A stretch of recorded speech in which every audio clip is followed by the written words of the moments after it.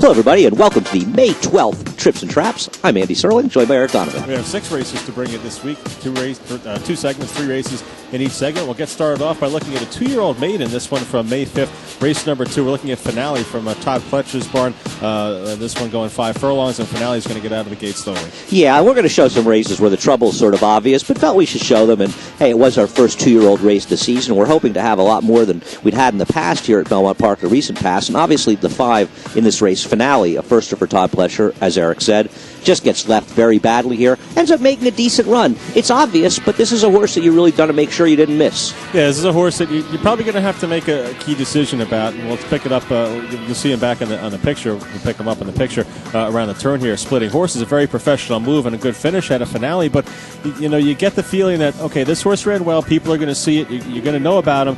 What are the chances of a first-time starter in the next race? Being able to just go out there and throw the field away. And you don't know if Finale is going to show more speed next time out. I'd imagine he would. He's going to break cleanly if he breaks cleanly. We hope he breaks cleanly. You hope he breaks cleanly. I'd imagine he'd show some speed, but the way he moved in this race, I'd say he's pretty good from off the pace. He is, and it's not as though this race was a complete meltdown. You had a heavy favored Wesley Ward horse in front and the inside now. That horse finishes second. Another first-time starter for David Fawkes ends up winning the race, but they were on the engine the whole way. And Finale, probably just because the others weren't that good, but also is the only horse that makes up any ground and does it after giving them a head start. Look, the whole world knows this horse was the best horse, but he probably was. Eric's point is not unfair, though. They got a decent buyer, though. I think this race got around an 82 or 83 buyer, and Finale got in the low 70s with that trouble. So that's not a bad starting point. I mean, these horses are better than weak, that's for sure. So if he meets a fair field, he'll be okay. But you're right, a good first-time starter could beat him. All right, we'll get on to our second race of this first segment. We'll take a look at some older maidens now going 1 mile and 16th on the main track. This is actually the 3rd race from May 5th. We're going to take a look at a very impressive effort here from the 2 MALIBU Glow.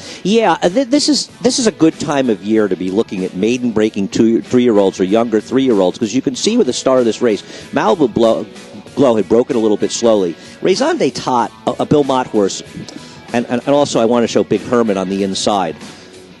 Big Herman was a 3rd-time starter for Barclay Tagg, and he's coming out of a race against MALIBU Glow. Raison d'Etat was making his first start since last year, actually, I believe. Raison d'Etat feels like a trouble horse that you're just going to fall into a trap with. It's back here. You can see that MALIBU Glow is steadying. Big Herman's back here. I think a lot of points can be made about a number of these horses. Yeah, and I think that, for the most part, the one Big Herman's getting a fairly decent trip down inside here. This is a horse that was 3rd last time out after being up on the engine. Last time out, able to sit behind the pace in here. So I thought all in all things to this point unfolding pretty well for Big Herman. You saw MALIBU Glow have a little bit of trouble there, but MALIBU Glow certainly moving pretty sweetly at this point. And Raison d'Etat, back toward the back of the pack and going to try to make a late rally. Yeah, Raison d'Etat is just a sucker horse, I think, that doesn't do any meaningful running. MALIBU Glow is just much the best in here, and this is a horse that we'll be hearing from in the future.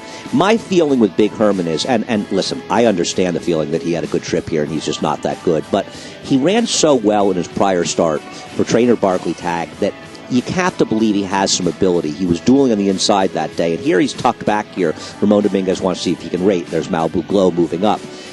I think this is a horse they experimented with to see if he could sit behind horses and rate, and he can't. He's a horse that needs to be sent to the front end. I'd be interested to see him in a race if there's not a ton of speed the next time he runs. If they send him to the front end, perhaps he could get back to his prior effort, which could be good enough to win these races, but nothing he does is going to be good enough to beat MALIBU Glow. Now look at MALIBU Glow here, turn it on at the top of the stretch. There's Raison d'Etat toward the back. He's going to make a move toward the inside and close, and Big Herman will shift out, try to make a rally in deep stretch here. But MALIBU Glow just turns it on coming inside the 3/16 pole. Pulls away here, and still looks like maybe he's a little bit green. Maybe he's still trying to figure things out. This is a horse with a lot of potential. Yeah, you're right. He really doesn't know what he's doing out there in a lot of ways. And listen, it's a very good year to be a late developing 3-year-old. There are plenty of big races that aren't in the Triple Crown, and considering the crop out there, there's a lot of room to be able to win some of these races. Obviously, allowance race for him, but they have to probably be thinking. I mean, it's optimistic thinking, but why not think optimistically? That's what this game is about. Mm-hmm. Think about a non-winners of 1. Get him to the Dwyer here. Get him to the Jim Dandy, and get him to Travers. I'm not saying he's going to win these races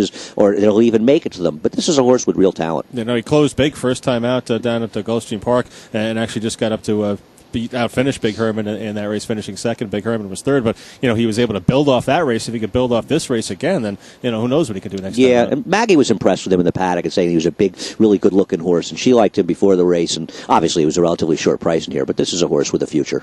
One more race in this first segment. We'll take a look at some 3-year-old filly claimers going 6 furlongs on the main track. This is May 6th, race number 1, the 3 BLONDECAT off to a poor start. Yeah, this is another one that you're going to say, oh, this is just Joe obvious stuff. You can see this horse sort of falling back badly there. But my gosh, BLONDECAT falls so far out of this race that it's almost hard to believe. You really have to watch it a couple times to realize how far back she is, and it's not as though you had a complete meltdown. Now, I know the third horse was a price that also came from 6th in here. There's a big difference between 6th and where BLONDECAT was in 7th, but the winner of this race is the one dueling on the inside the whole way. Yeah, I thought it was a fair race from a pace perspective. I thought, obviously with the horse that's going to win the race, vying for the lead on the inside there, and the other horses that are going to finish second and third from back, it was a fair scenario here. And BLONDECAT, a horse that had been closer up for trainer Steve Caceres, and at first I'm thinking, well, the pace was fair, did do some running late, maybe this is a little bit of a trap, but right. I think she was taken out of her game a little bit. She should be in the second flat of horses, not off the screen. And she's also interesting in that her form had been decidedly mediocre down in Florida. I mean, look how far back she is. There she is. Yeah. She finally gets into the picture. I mean, she is in a different county. She had been running sort of very mediocrely down in Florida, and suddenly in her prior start, she ran a figure, I think, in the mid-70s, about 20 points better than her average numbers were, and those are the kind of horses you think, oh, maybe this was just an aberrational race. Well, she shows in here with this crazy run, and you can see her moving down the inside and splitting horses. She was going to win this race and supposed to win. She seems to be a completely different horse, and if she meets a similar kind of field, look, we know she's not going to be a big price, but she may in her current form just be better than them. Yeah, I'd be curious to see exactly what kind of spot they put her in, and here's the head on here. You see all the trouble for BLONDECAT. I wouldn't be surprised if they took a shot and bumped her up in class a little bit off this race. I wouldn't blame them if they did. Obviously, it always depends who they are, but you can see there, I mean, she practically fell down. It was sort of an odd stumble. I think she stumbled at a very inopportune time as she was running already, as opposed to just sort of stumbling coming out of the gate, and it really threw off her game. But this was a very impressive effort by BLONDECAT.